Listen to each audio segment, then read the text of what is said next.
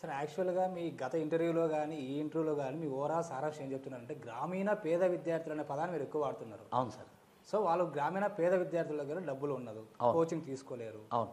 So అలాంటి వాళ్ళకి మీరు ఏ విధంగా భరోసా ఇస్తారు సార్ మీరు? అయితే నేను ఏం చెప్తున్నా సార్ అంటే ఒక్కటే మంత్రం, పేదరికం అనేది ప్రభుత్వ ఉద్యోగానికి మనని దూరం చేయవద్దు.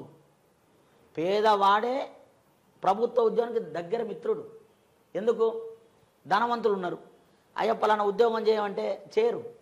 ధనవంతులు ఎప్పుడో ఏంది ఆలోచిస్తున్నారంటే ఒక బిజినెస్ చేసుకొని బాగుపడటమో, ఫారిన్ వెళ్ళిపోయి డెవలప్ అయ్యి అక్కడే ఉండటమో, లేదా ఒక మంచి బిజినెస్ చేసుకొని 10 మందికి ఉపాధి కల్పించి ఉండటం ఆలోచన ఉంటుంది.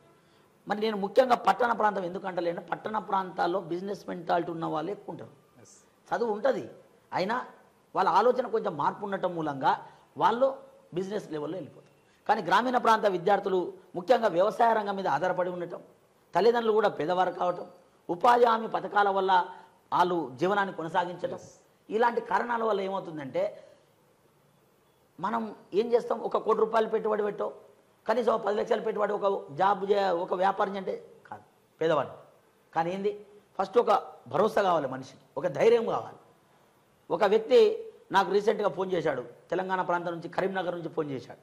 సార్ మా అమ్మ నాన్న ఉపాధి హామీ పథకానికి పోతుంది సార్, నా ప్రభుత్వం ఉద్యోగం సాధించాలి సార్ అంటే నేనే డైరెక్ట్గా పిల్లవాడు సార్ నా దగ్గర ఇంతే అమౌంట్ కట్టలేను సార్ అంటే నేనే కొంత డబ్బులు యాడ్ చేసి ఆ పిల్లల ఫీజు కట్టి చదువు ప్రభుత్వ ఉద్యోగం వస్తుంది ఎందుకు రాదు అని. అంటే ఎందుకో నేను చెప్తున్నా అంటే వ్యవసాయ రంగం మీద ఆధారపడటం, ఆదాయ వనరులు లేకపోవటం, ప్రభుత్వ సంక్షేమ పథకాలు పూర్తిగా అందకపోవటం, అయినప్పటికీ విద్యార్థుల్లో కషి పట్టుదల ఎక్కువ ఉంటుంది గ్రామీణ ప్రాంతాల్లో. ఫస్ట్ మనకేం కావాలి, ఒక ఆర్థిక స్టెబిలిటీ కావాలి. మన కుటుంబం మనం బాగుపడాలంటే కాన్స్టెంట్గా ఒక 30,000 40,000 ఎంతో జీతం వస్తే ఓ 30,000 జీతం వస్తుంది, నేను మా తల్లిదండ్రులు మా కుటుంబం బతుకు. దాని తర్వాత నెక్స్ట్ స్టెప్ ఆలోచించాలి. అందువల్ల ఫస్ట్ ఆర్థిక భరోసా కావాలంటే మొదటిసారిగా నువ్వు ప్రభుత్వ ఉద్యోగంతో మార్పు వస్తుంది. నీకు ప్రభుత్వ ఉద్యోగం వస్తే నీ కుటుంబ దరిద్రం పోతుంది. నీ కుటుంబ దరిద్రం పోతే సమాజంలో వచ్చే జనరేషన్లు బాగుపడతాయి. సమాజంలో వచ్చే జనరేషన్లు బాగుపడితే మొత్తం బాగుపడతాయి.